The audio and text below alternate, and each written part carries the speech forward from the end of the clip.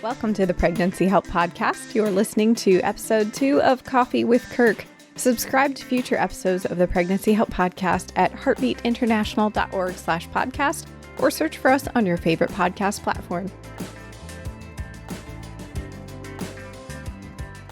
Hey, this is Kirk Walden, and welcome to another episode of Coffee with Kirk, a time where we just sit back and chat a little bit and talk about the different things that help build a culture at our pregnancy center or pregnancy help ministry of some sort.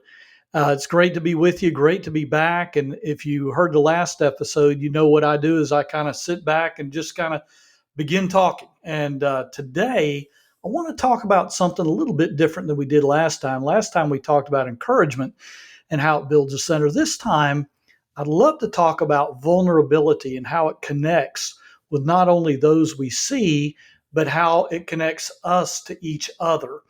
And I don't want to necessarily make this a Bible study, but I do want to start with one of my favorite people in the Bible. I don't know her, don't know a lot about her, but it's someone who's probably going to be on this podcast as a special guest a lot, and that's the Samaritan Woman. Jesus met her at a well, as you know, and in the end, Jesus tells her, the first person in human history, he tells her plainly that he is the Messiah. And of course, we know the end of that story where she runs and tells her buddies down in the village of Sychar about, hey, this guy could be the Messiah. So I want to jump into that just a little bit, and I hope we can learn from it and how we connect with other people. Because as you know, we get to the end of the story. They've had a little theological discussion. Jesus has talked to her about living water. And then she says, hey, I know that one day the Messiah is coming. And when he does, he will declare all things to us. And this is where Jesus gives her the good news. I who speak to you am he. Well, she gets this news. And right before, what we see is that the disciples come back right as he tells her this news. And when they come back and they marvel that he was talking with her, this is from John chapter 4, but no one said, what do you seek? Or why are you talking with her? So once the disciples come back, the woman left her water jar and went away into town and said to the people, come see a man who told me all that I ever did. Can this be the Christ? And they went out of the town and were coming to him. So the reason the people come out of the village is because of this woman. And she says, he told me all that I ever did. And I think, when she talks about all that she ever did, she's not talking about that time when she made a meal for the woman next door who lost her husband or anything like that. She's probably talking about the negative stuff, talking about the fact that Jesus knew she had 5 husbands, talking about the fact that Jesus knew she was living with the guy. And I'm sure there was more to it. But the big deal was that she was willing to share probably what some of these people already knew, but she was willing to share in vulnerability.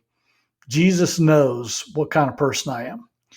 And yet he still spoke to me. Could this be the Messiah?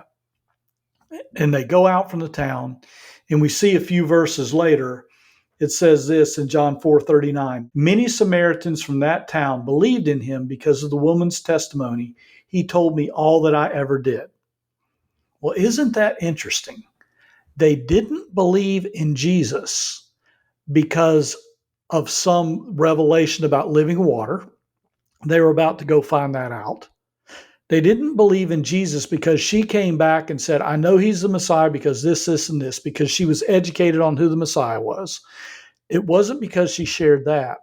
It was because she shared that Jesus was willing to take in her most difficult moments. And he knew about that, and he still was willing to speak with her, willing to have a relationship with her. That's why they went out to Jesus. They went out to Jesus because they knew someone was being vulnerable with them and felt safe with the Messiah. So they go to Jesus. They ask him to stay for a couple of days. He does. He stays in the town a little longer and even more believe in him. And I think about that and say, look, if that is what opened the door to Samaria, as I may have mentioned in the last episode, me and Jen are writing a book. My wife Jennifer and I are writing a book called Saving Samaria.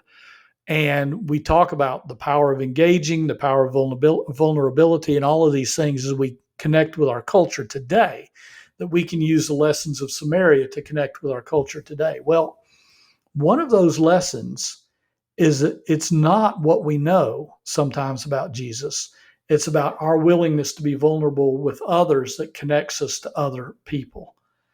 And I think sometimes we miss that. We go to school to learn more things about Jesus. We go to Bible studies to learn more about Jesus, and we should do that. We talk together about different verses, and we should do that as well. But you know what? Maybe we need to have classes on how to effectively be vulnerable with other people. Maybe it's not something that I just do. Maybe it's something that I need to learn to do in order to connect with those I see. And I don't think it means blurting out our every sin in front of a client or in front of a coworker or something like that. Because you see, she didn't do that. She said that he told her all that she had done, but she didn't go into a bunch of details from what we read in John's account here. So what is it? What kind of vulnerability do we need to connect with others? Because I think there's a hurting world out there. And you see it every day. But there's a hurting world out there that is not looking to find the perfect. They are attracted to the people who have flaws and shortcomings and struggles and trials, but who have found the one who reaches out to them anyway, who have found the one that they want to be more like, that's for sure, but they're willing to be vulnerable about it at the same time. I don't think we need to hide a lot from our clients. I think of one director who said that she was sitting across from a girl who said, "Oh gosh," to the director, "you are just so brave." And the director said, "No, no, no. You are the one who is brave, because I sat in your shoes many years ago and I chose to end my pregnancy. But I believe in you, and you're having the courage to go ahead and choose life for your pregnancy." That's what courage is all about. Her willingness to be vulnerable with this client took that conversation to an entirely new level. And I think, what can Kirk do to be more vulnerable these days so that people can connect with him a little bit better? And as many of you listening know, I often tell the story in front of small groups, large groups, whatever it is, of being a single dad for 9 years and then marrying Jen. And then after we got married, I realized, well, not after we got married, but before we got married, we realized that our family was complete. I had raised 3 children. I was raising 3 children on my own. They were teenagers when we got married, me and Jen. And we realized this is going to be our family, because Jen had been through ovarian cancer, and the odds of her having a children there was still a chance, she was told, but after all the chemo and after all the different things that she had been through, the odds of having a child were pretty slim. And I'll be honest with you guys, maybe vulnerable is the word here. I was like, that's fine with me, because our youngest was 13 years old. She was going to be out of the house in a few years, and then me and Jen could launch a further adventure together. It was going to be great. And I was going to be free. I'd been a single dad for 9 years. I was very tired. When you're doing, at one time, I actually had 3 different jobs and raising 3 on my own. And I was exhausted. It was great to have Jen come into my life. And not that I depended on her for this, but it was so great to have her and be able to share that with someone instead of doing it all myself, especially in the teenage years when you're carting kids to and fro all the time. So here we were. We moved to Nashville, me and the 3. Jennifer and I got married. But 6 months in, we found out Jennifer was pregnant. And I tell people that Jennifer was ecstatic. I'll tell you a story that I haven't told many people, since this is a podcast that goes to the entire world. But I remember sitting in a Denny's restaurant in Florida with Jen, and she was telling me we had just been married that 6 months. And here we were in December. So I'm going back a little bit, because we found out about the pregnancy in January, but we were sitting at a Denny's restaurant, just me and her, in Florida in December. And Jennifer looks at me and says, "I'm not going to have someone to call me mom. And while I'm so thankful that we're married in this, that's still something that hurts." And I totally got it. What we didn't know is that she was pregnant at the time. but she was hurting because of that. The upshot is the three older children all call her mom today. So that did happen. But what we didn't know is that we were going to have a baby. And we found out in January. And when I saw that pregnancy test, while Jennifer was elated, I think she knew that this was a shock to me. I was 44 years old. I'm like, really? Have I got to start this over again? And our oldest was a junior in high school, excuse me, our youngest in eighth grade. And I was thinking, I just cannot do this. And it'd be easy to say, well, I thought about ending the pregnancy. I didn't think about taking her somewhere to end the pregnancy. I mean, this is what I do for a living. I'm not going to do that. But you know what? I do tell people this honestly.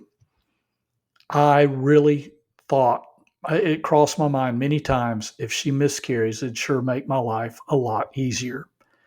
And that hurts because Jesus, you can just read the Sermon on the Mount, Beatitudes, all of that, and you see that Jesus puts a high priority, a very high priority on what we think in our heart. And in my heart, I was thinking it would be better off if this baby were not born. I would be better off. And I tell people that story, and that vulnerability connects me with people that I'd never connect with. I've had moms come up to me afterwards and just pull me aside and say, I felt that way, but I felt so guilty. I felt horrible. And I've been on the stage for an hour and I'm supposed to be an important person or whatever it is. And they look at me as some kind of a spiritual leader, because it's a strange dynamic. When you speak in an event, people look at you, you just happen to be the one talking, but often you're looked at as the person of authority or who's got it all together spiritually. And to share that I didn't have it all together at that time. And I still struggle with different things like everybody else, but to be able to say I struggled gives people hope. And I think that's the key to vulnerability, is it gave the woman in Samaria, gave everybody in her village hope that they didn't have, because if Jesus can connect with her, he can connect with me. I get to be a part of the Messiah story. I get to do that too. And that's why they ran out of the village to invite Jesus back for a few days to talk to them. And again, we see many more followed. And the upshot of my story, of course, is that Josh was born. He's doing great today. In fact, as we were about to record this, he was upstairs on his guitar playing some things, and I thought, oh, I wonder if they're going to hear it through the ceiling coming down into my office as I record this. And as I think about it, I thought, man, nothing could be better if we heard that guitar right now. And he's quieted it down. But I think that is a perfect bow on the story, that he's up there playing the guitar. And I could not be prouder of a guy than I am of Josh. Here he is at 16 years old, and he's running cross country, doing all these things. But I go back 16 and a half years or whatever it is to that moment when I was vulnerable, when I was scared, and sharing that vulnerability with people really does connect people with me and with my story. And it helps me reach out to them. Let's go back to the center for a couple minutes. You have that client, or you have somebody at the office who's just struggling. And when we're able to be vulnerable and say, in some way, I've been where you are. It may not be the exact same story, but I've got a story too. And I know I may have a sense of where you are. I think that gives people a great sense of relief, because in faith today, as it's been for almost generations and generations, there's this tendency that we need to, in order to project good things about our walk with Jesus Christ, we always need to step up. We need to put on a mask sometimes and let people know it's okay. I trust God. Everything's wonderful. Everything is awesome, as they said in the Lego movie. And there are times when it is awesome, and I want people to see that. But when we let people in on the trials we face, again, we don't have to let people in on every trial, but if we're willing to let people in just a little bit, it builds that connection. It gives people hope they didn't already have. Sometimes, as I mentioned with the director that told her story to me, It gives people courage that they might not have because we are willing to be vulnerable. And I think the enemy does come to us and say, hey, put on the mask. They need to know that being a Christian means you've got it all together, that you may not be perfect, but you're pretty darn close, and that I am always joyful. And I'll touch on joy for just a minute. Joyful can mean that even in the saddest of circumstances, we have an undercurrent of belief in the God we serve. It doesn't have to look happy, but joyful means we look at someone when we've experienced a loss or when we're in our darkest hour, and we look at them and say, you know what? This I know, even in my pain, God is still there. We may be in a tough relationship situation. We may be in, who knows what we're dealing with. Maybe a child that we're struggling with, that we're trying to figure out what in the world do we do. It's okay to be vulnerable. It's great to be vulnerable with people. But at the same time, we can still, joy does not mean we have to be happy. You know, our pastor was speaking this weekend. He lost a grandson just a few months after birth in this last year. And he mentioned going through that. It was Father's Day, and he was talking about Father's Day, and because this was recorded just a little after Father's Day. And as he talked about that, he mentioned there are some people in the room that are probably struggling with different things as he has over the last year, because we all walked with that through him and obviously through his children, his son who is at our church. And I think, yeah, we can be vulnerable and say I'm experiencing pain, and yet people see the joy, but I still know that God is still God. That's the kind of thing that as we build a culture of vulnerability in our center, I think is going to connect us with the outside world. The world comes to us, and I think the world is tired of seeing perfection. It's interesting. I was talking to one of my daughters, and she does a lot of TikTok videos and YouTube. She's raising 2 kids, married, and yet at the same time, she's got this side gig in a way that has turned into almost a full-time job where she's recording 14 videos a week for some group out of France, I think it is, or Spain. I don't know. I can't keep up with it all. But she was talking to me about making videos, and she said, what we're realizing is with our TikToks or YouTube videos or whatever it happens to be, that one of the keys is to be very real, and even to the point of messing up and just going right through it, because people don't want the perfect cut this out and put this in and do all these kind of things. People aren't looking for perfection anymore. They want us to be real because we're more relatable. And the more relatable an influencer can be, the more connections they're going to have, and their growth is going to be out of this world. By the way, she also coaches people on how to build their social platforms and whatnot for musical artists and people like that. And I think that is what the Samaritan woman did. She got that before TikTok was a thing, or before Reels was a thing on Instagram, or before YouTube videos were a thing. She somehow, with that living water that Jesus gave her, she figured it out. People aren't looking for perfect. And that's why when I record these, you'll probably hear some pauses and some whatevers. And I think Heartbeat affirms me in that. Just be whoever you need to be. That's okay. Because if we can be real and we can be vulnerable, we form connections with people that are stronger bonds than just about anything else we can do. I've memorized books of the Bible and all this kind of stuff, and I could reel those off if I wanted to. And if somebody's in a pinch, I could give them the first chapter of James or Romans or whatever I wanted to do. But folks, that's not what they need. Often they need 2 ears from me and my willingness to be vulnerable with them, because that vulnerability connects. That vulnerability is not going anywhere. And when they have that, they know there's always somebody that they can reach out to. Let's be the vulnerable person. If there's an area of our lives where we're saying, you know what, I need to let this one go. I need to go ahead and be vulnerable here. If there's an opportunity to do that, and God has opened that door, let's just say yes. Vulnerability connects, and it creates stronger bonds than almost anything we can do. So thank you for joining me today. I'm writing about this some. You may find it on Substack. It's just kirkwalden.substack.com.